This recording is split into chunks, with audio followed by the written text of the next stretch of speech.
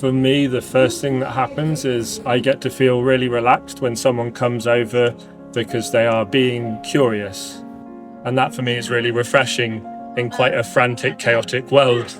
So I get to feel relaxed. And as the person gives me the words, it's like opening the curtains on a window, looking into a completely different world for a brief amount of time.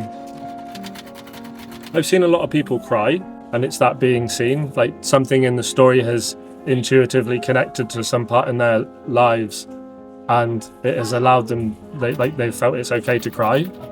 People are like brave enough to be open and emotional in front of me. I think there is something transformative in the situation, maybe that appeals to people.